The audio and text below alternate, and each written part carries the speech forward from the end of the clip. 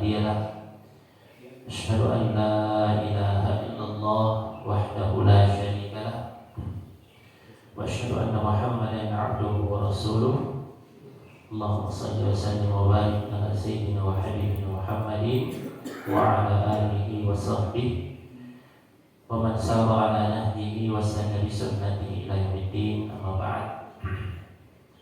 Alhamdulillah, puji dan syukur hendaknya senantiasa kita panjatkan kehadirat Allah Subhanahu wa taala atas segala limpahan nikmatnya kepada kita semua hingga subuh hari yang mulia ini kita dikumpulkan di tempat yang mulia, salah satu rumah dari rumah-rumah Allah Subhanahu wa taala. Semoga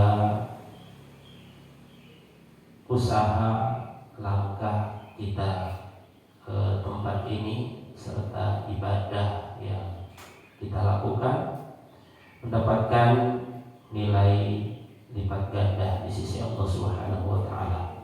Amin ya rabbal alamin.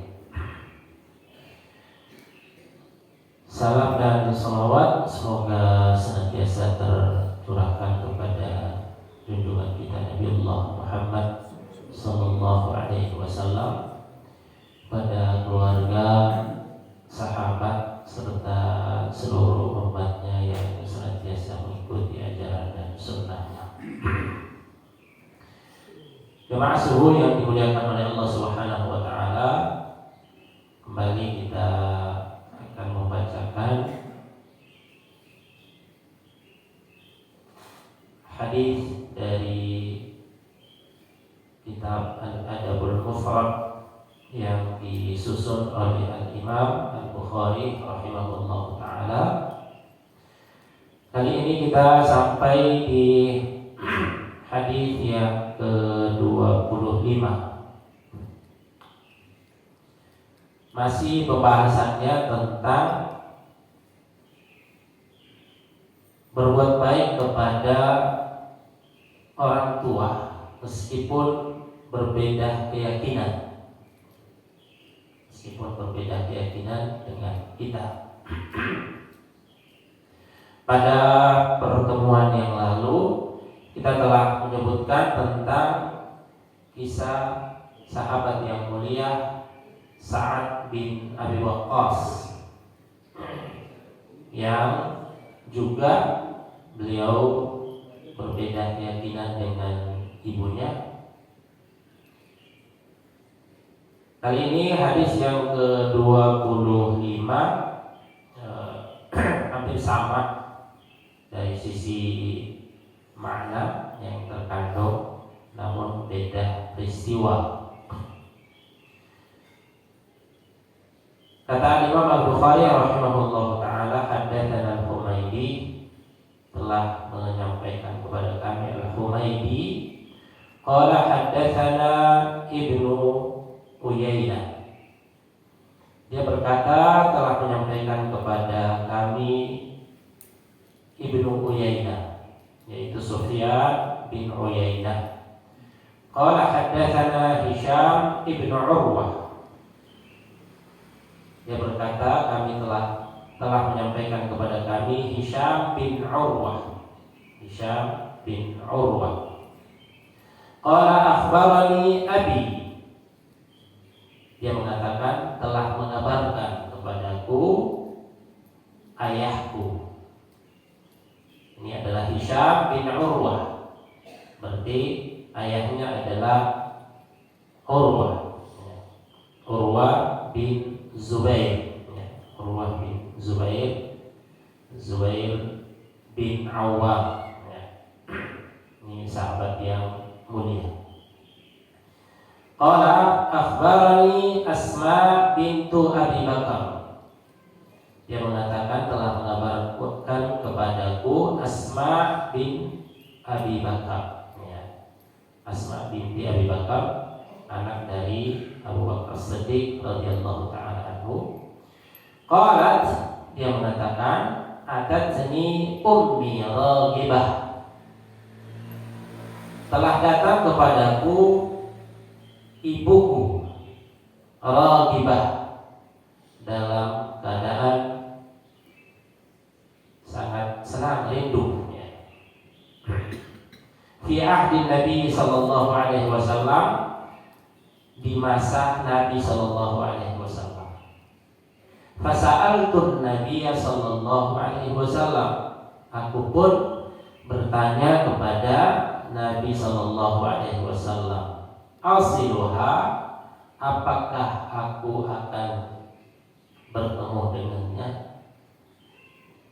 bersilaturahim, menyambung silaturahim dengannya ya, karena beda keyakinan ya. Qala na'am, kata Nabi sallallahu alaihi wasallam, ya. Qala Ibnu Uyainah, Sufyan bin Uyainah kemudian mengatakan, fa anzalallahu azza wa jalla fiha, maka Allah Subhanahu wa taala dalam hal ini menurunkan ayat dalam surah Al-Mumtahanah ayat 8. La yanhaakumullah 'anil ladzina lam yuqatilukum fid din. Allah tidak melarang kalian dari orang-orang yang tidak memerangi kalian dalam agama. Jamaah yang dimuliakan oleh Allah Subhanahu wa taala, ini hadis sahih.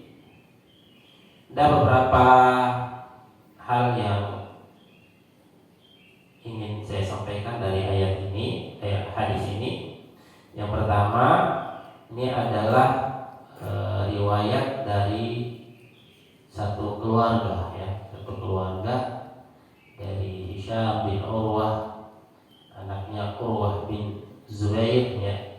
Kemudian Zubair bin Awam itu adalah suami dari Asma binti Abi Bakar As-Siddiq. Asma ini adalah saudara atau anak dari Abu Bakar, saudara dari Aisyah radhiyallahu taala anha, istri Nabi sallallahu alaihi wasallam, tapi dari ibu yang berbeda ya.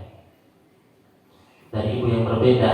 Nah, kalau Aisyah radhiyallahu taala anha itu ibunya namanya Ummu Ruman, itu adalah sahabiah yang mulia ya.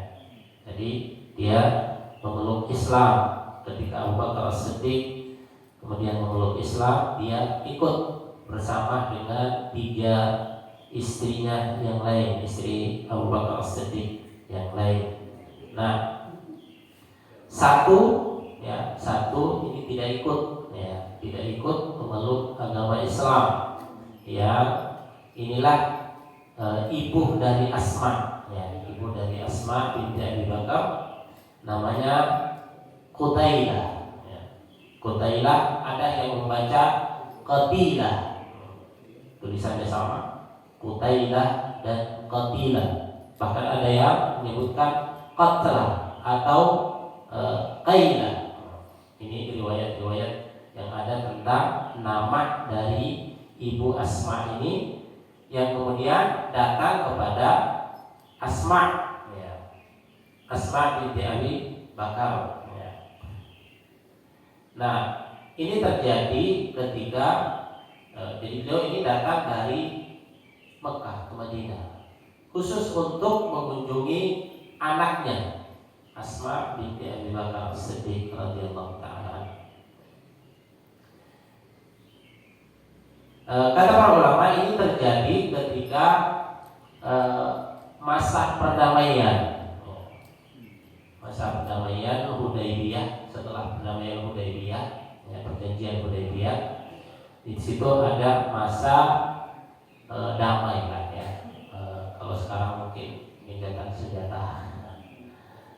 senjata, tidak ada perang antara kaum Quraisy, orang kafir, dengan umat Islam dalam perjanjian itu. Nah, ibunya Asma ini, karena dia adalah orang dari Mekah ya, orang Quraisy ya, aslinya kalau masa perang itu nggak mungkin bertemu ya, nggak mungkin datang. Tapi karena masa damai, maka dia datang memanfaatkan waktu damai itu untuk mengunjungi anaknya di Madinah, kota Nabi Sallallahu Alaihi Wasallam. Dan Asma ketika datang ibunya, dia dia agak bingung atau dilema. Dia mau menemui atau jangan-jangan ini adalah sesuatu yang dilarang dalam Islam, ya. Karena belum dapat penjelasan dari Nabi Sallallahu Alaihi Wasallam, maka dia posisinya dilema. Dia mau menemui atau memang Islam tidak membolehkan untuk berhubungan dengan orang kafir, ya. Orang yang berbeda keyakinan atau menyambung silaturahim dengan orang yang berbeda keyakinan dengan kita. Maka dia mengatakan, Sa'altu an-Nabiyya sallallahu alaihi wasallam. Saya bertanya kepada Nabi. Ini bentuk dari pengagungan mereka terhadap syariat, ya. Sebelum melakukan sesuatu, ya, itu harus bertanya dulu, jangan-jangan ini adalah sesuatu yang dilarang. Maka Nabi sallallahu alaihi wasallam ternyata memberikan izin, ya. Memberikan izin untuk bertemu. Ya. Nah, di sini ada beliau mengatakan ada ummi raghibah, ya. Ibuku datang raghibah itu dalam kondisi senang, ya. Dalam kondisi sangat rindu dan senang. Namun masalahnya ada beberapa riwayat yang menyebutkan ada ummi raghimah, ya. Ada raghibah. Kalau raghibah itu sama-sama datang tapi dalam kondisi terpaksa, ya. Dalam kondisi tidak senang sebenarnya, ya. Tapi dia datang. Ada beberapa riwayat yang menyebutkan dua-duanya, raghimah. Maka perlu penjelasan. Para ulama menjelaskan bahwa kenapa ada satu menyebutkan datang dalam kondisi senang dan riwayat yang lain atau kata yang lain menyebutkan datang dalam kondisi tidak senang, ya. Maka para ulama mengatakan bahwa datang dalam kondisi senang itu maksudnya adalah sangat ingin bertemu dengan anaknya. Sementara datang dalam kondisi tidak senang itu maksudnya adalah dia tetap tidak senang dengan Islam, ya. Jadi dia ingin menemui anaknya, tentu seorang ibu, ya, sangat rindu pada anaknya, tapi bukan untuk masuk Islam, ya. Sebagaimana kebanyakan orang ketika datang itu menemui Nabi Sallallahu Alaihi Wasallam atau datang ke Madinah itu biasanya mau masuk Islam, ya. Kalau ini tetap tidak mau masuk Islam, tapi ingin bertemu dengan anaknya, ya. Itu penjelasan para ulama tentang kata datang dalam kondisi raghibah dan raghimah, ya. Kondisi senang dan tidak senang. Asma kemudian bertanya kepada Nabi Sallallahu Alaihi Wasallam dan Nabi mengiyakan, ya. Nabi mengiyakan, nah, ya. Rasulullah membolehkan, ya. Dan ini sudah jadi hukum umum, ya. Jadi hukum umum setelah itu bahwa kita boleh berurusan dengan orang tua kita, ya. Bahkan berbuat baik kepada mereka meskipun mereka berbeda keyakinan dengan kita. Dalam hal ini orang tua dari Asma ini adalah musyrik, ya, musyrik. Dan Nabi membolehkan untuk selama itu tidak membantu dalam kesyirikan. Jadi wajib untuk menyambung silaturahim dengan keluarga kita yang ya, di luar dari Islam, selama itu tidak berkaitan dengan keyakinan, ya. Tidak berkaitan dengan kesyirikan, tidak membantu mereka dalam kesyirikan. Tapi dalam urusan dunia ini dibolehkan. Bahkan termasuk menerima hadiah, karena dijelaskan oleh para ulama bahwa ibunya ini datang membawa hadiah. Nah, pertanyaannya kemudian, apakah boleh kita menerima hadiah dari orang di luar Islam? Ya. Ini dibolehkan. Ya, kata para ulama ini dibolehkan selama di situ tidak ada syarat-syarat khusus. Ya. Saya kasih kamu hadiah, tapi harus begini, ya. Termasuk urusannya misalnya dengan bantuan-bantuan sosial, ya. Bantuan-bantuan sosial dari luar umat Islam, khususnya ketika terjadi bencana dan seterusnya, selama tidak ada syarat, ya, tidak ada syarat dan tidak ada indikasi keinginan, ya, keinginan yang berat di belakangnya. Ya. Kalau keinginan pasti ada keinginan, nggak mungkin mereka membantu begitu saja, pasti ada keinginan apa. Tapi selama itu tidak memberatkan umat Islam, ya, di belakang hari, maka asalnya itu boleh, ya, berdasarkan juga dengan hadis ini, ya. Ibunya Asma itu datang membawa hadiah, ya, membawa hadiah. Bahkan dalam riwayat lain menyebutkan bahwa sili ummik, ya, ini perintah, bahkan perintah Nabi Sallallahu Alaihi Wasallam, sambunglah silaturahim dengan ibumu. Ya. Nah, kalau Ibnu Uyainah kemudian, ini adalah tabi'in, ya, tabi'in yang mulia, salah satu riwayat hadis, perawi hadis, namanya Sufyan bin Uyainah. Beliau mengatakan setelah menceritakan kisah ini, dia mengatakan dengan inilah turun firman Allah Subhanahu wa taala dalam surah Al-Mumtahanah.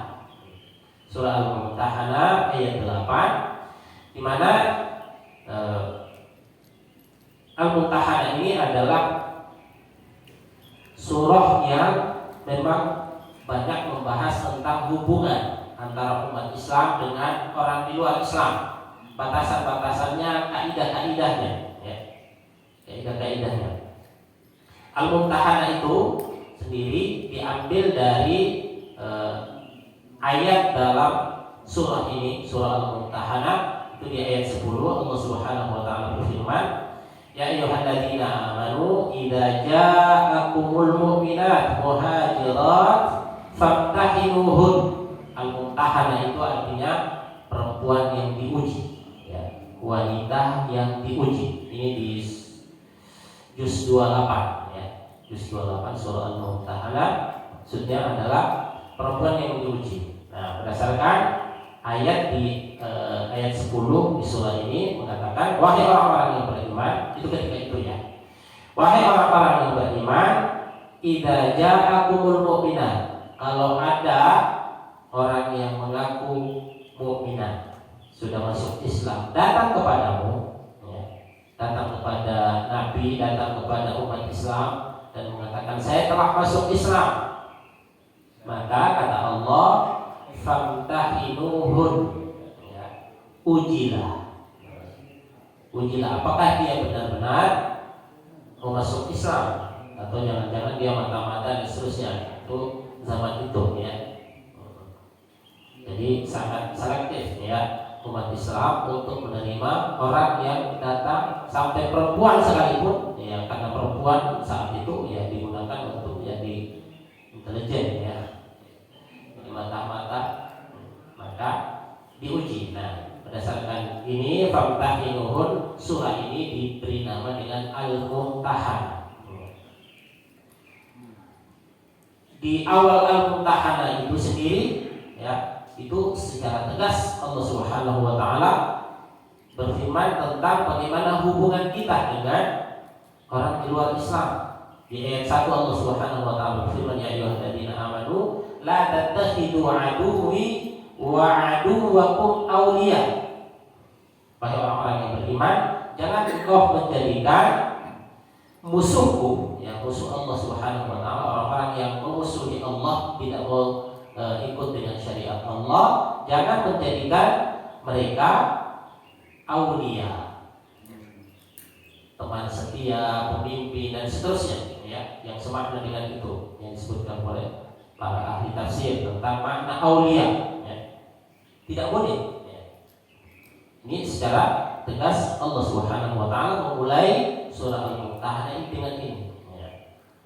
Bahkan di ayat yang keempat Allah menyebutkan tentang Isa Nabi Ibrahim alaihissalam yang kemudian berlepas diri dari orang-orang musyrik. Ya.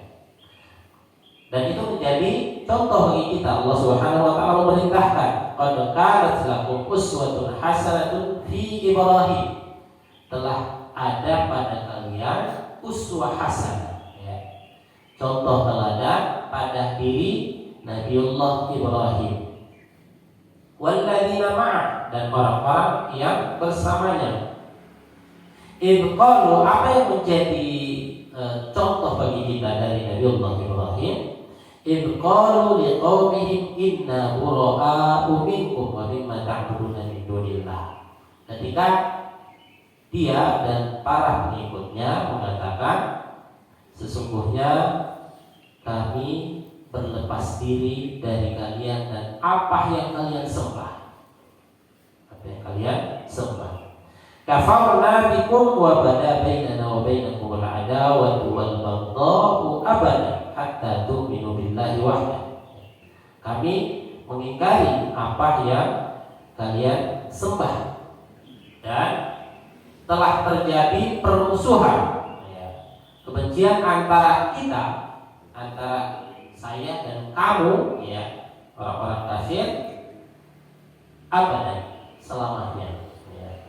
Hatta tu'minu billahi wahda, sampai kalian masuk Islam. Ini dari sisi keyakinan, ya, dari sisi keyakinan nanti kita jelaskan dalam kondisi atau dari sisi muamalah, ya. Tapi dari sisi keyakinan kita mengatakan kita berbeda, ya.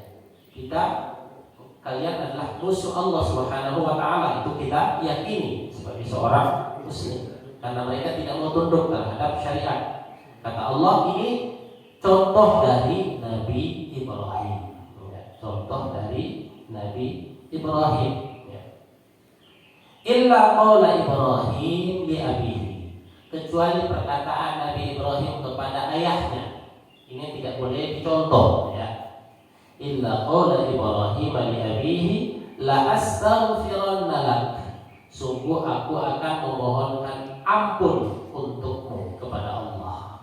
Ini kalau orang tua kita berkeyakinan yang berbeda dengan kita, maka dalam kondisi ini tidak boleh kita memohonkan ampun kepada Allah Subhanahu wa taala. Kata Allah, jangan ikuti ini. Ya, ini dilakukan oleh Nabiullah Ibrahim, tapi kemudian ditegur oleh Allah Subhanahu wa taala. Ya. Ini isi dari ayat yang keempat, ya, masih berkaitan dengan hubungan kita dengan orang di luar Islam, apalagi keluarga kita, ya. Nah, kemudian di ayat ke-8 yang tadi ada di dalam hadis, ya, Allah menyebutkan ada toleransi dalam muamalah. Setelah dijelaskan tentang keyakinan seorang muslim terhadap orang di luar Islam, ya, apa yang harus kita lakukan khususnya dalam hal keyakinan itu, Allah kemudian memberikan toleransi, ya.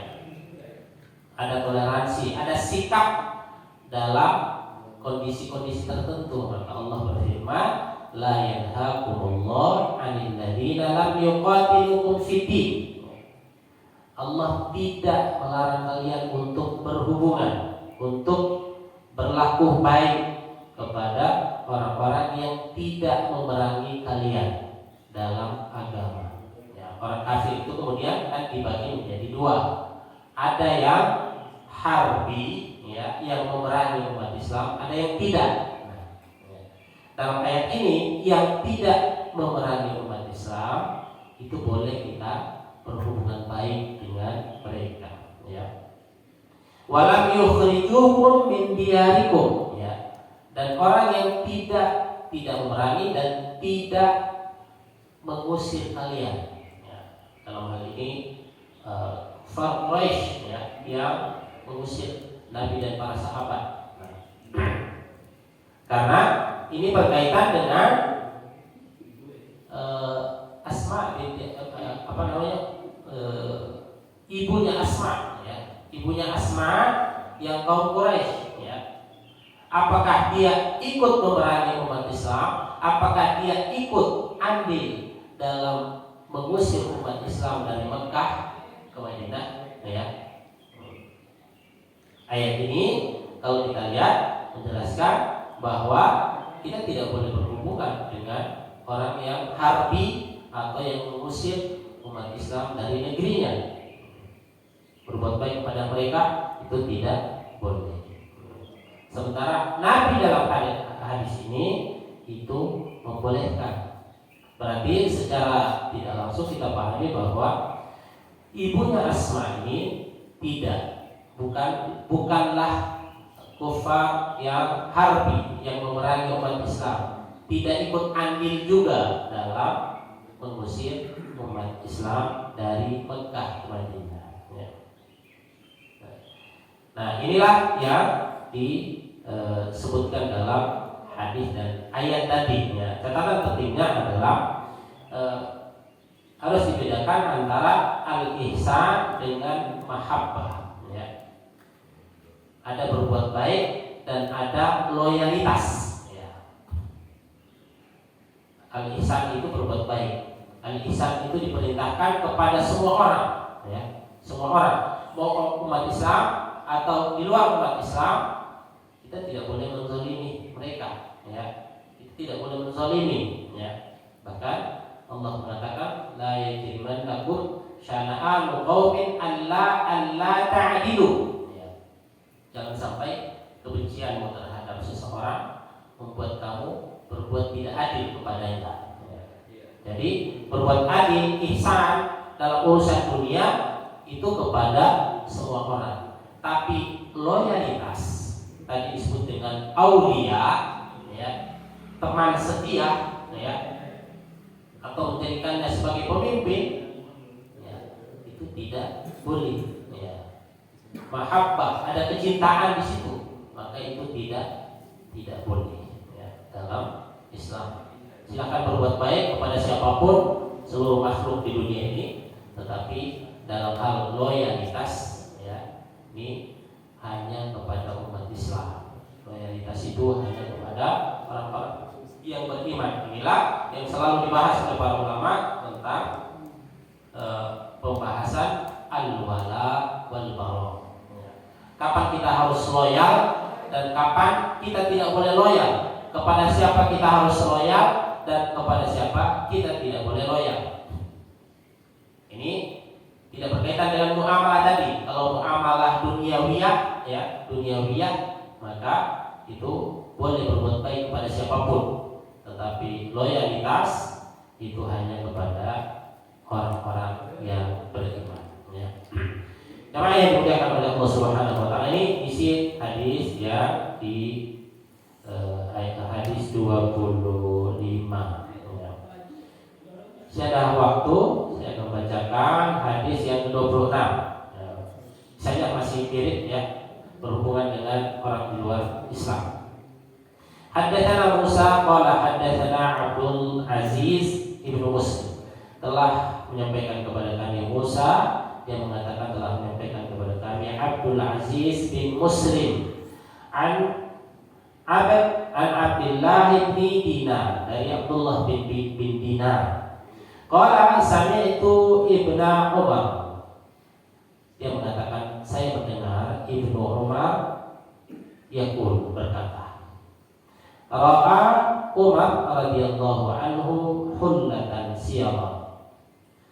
Umar suatu ketika berjalan dan bersama Nabi dan melihat hullatan sial.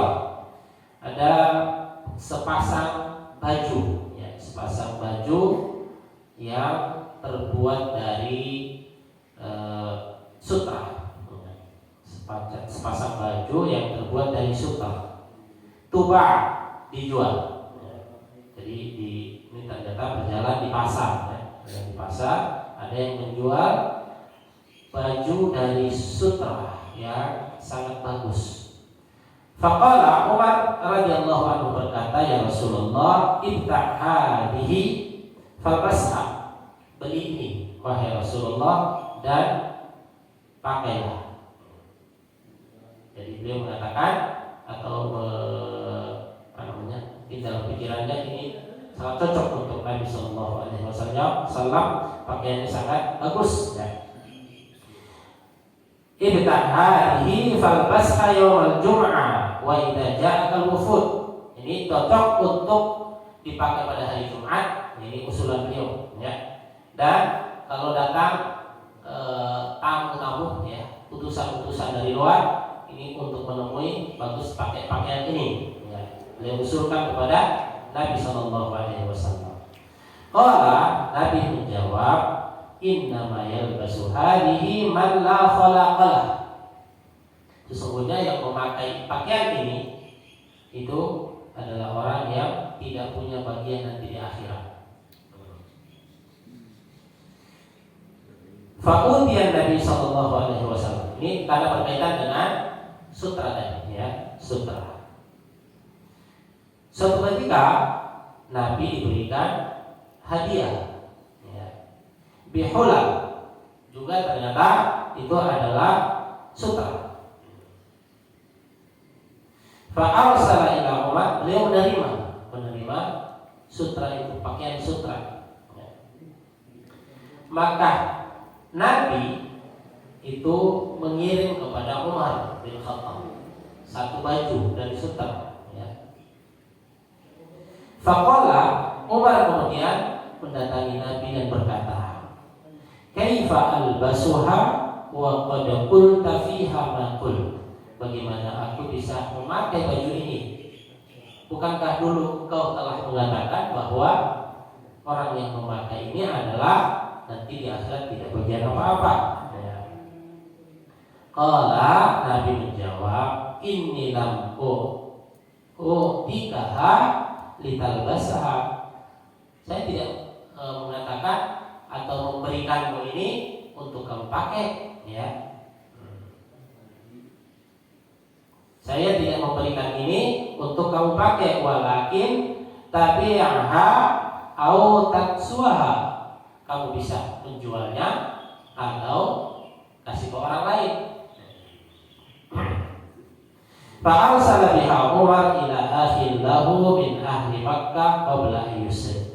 Maka Umar kemudian baju itu diberikan kepada saudaranya, ya, kepada saudaranya di Makkah yang ketika itu belum Islam, belum masuk Islam, diberikan sutra oleh Umar. Jadi sebenarnya intinya di sini adalah bagaimana Umar bin Khattab radhiyallahu taala anhu itu tetap menjaga hubungan baik dengan saudaranya, bahkan memberikan hadiah, ya, meskipun dia belum Islam, belum masuk Islam.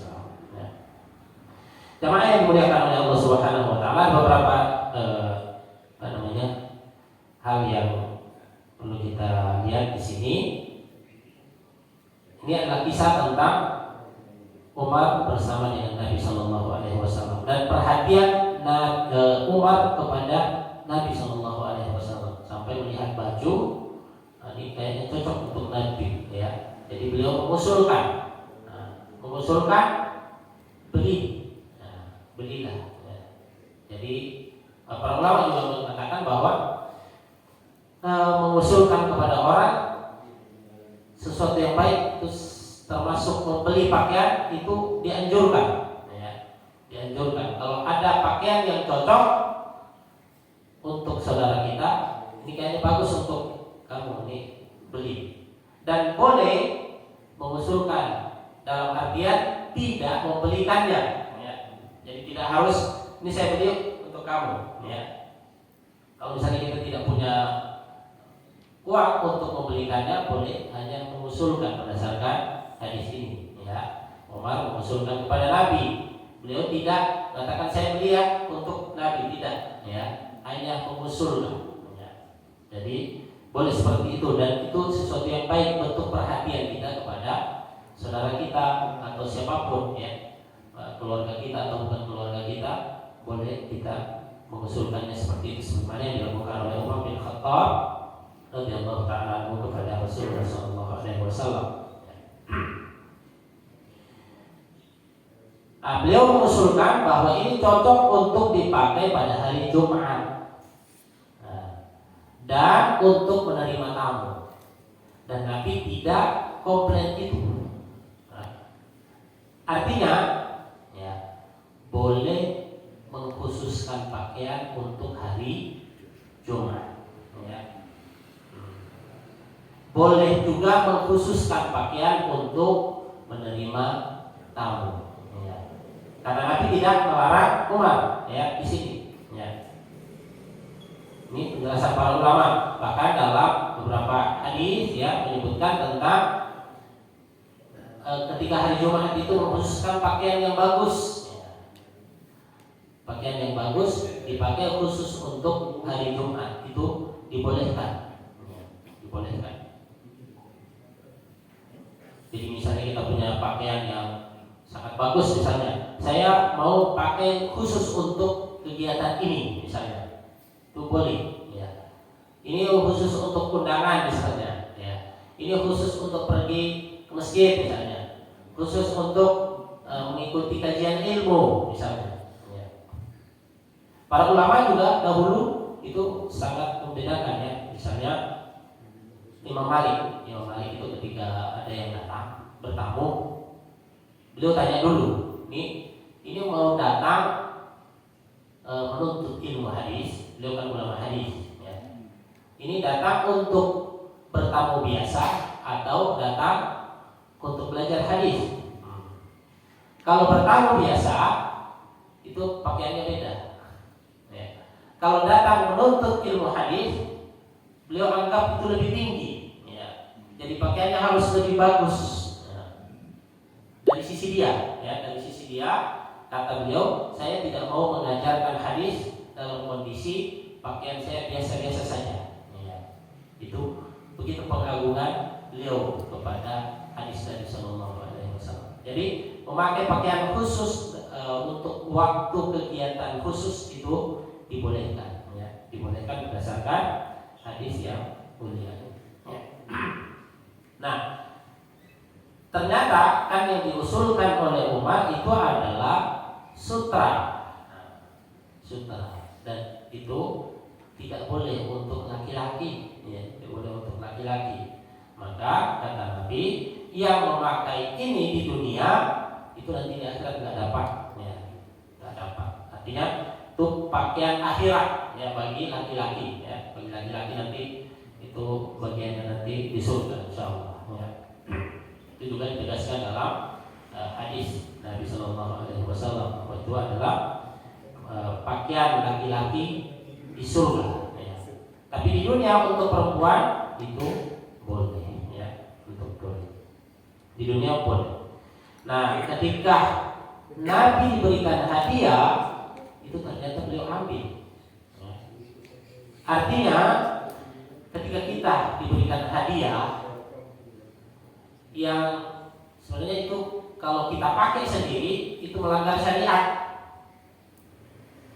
boleh diambil, tapi diberikan kepada yang dibolehkan dalam syariat. Misalnya ada yang hadiahkan sutra, kita ambil tapi untuk istri kita misalnya, kan boleh untuk perempuan, ya. Nah, itu dalam hal ini boleh kalau menerima hadiah seperti itu, ya. Sebagaimana Nabi kemudian mengambil, bahkan memberikan hadiah kepada Umar, dan Umar sebagaimana kita tahu tidak boleh juga memakainya, ya kan? Tidak boleh juga memakainya. Artinya boleh kita memberikan hadiah kepada orang sesuatu yang mungkin dia tidak dapat manfaat secara langsung, tapi dia bisa jual atau dia bisa hadiahkan lagi kepada orang lain. Termasuk boleh kita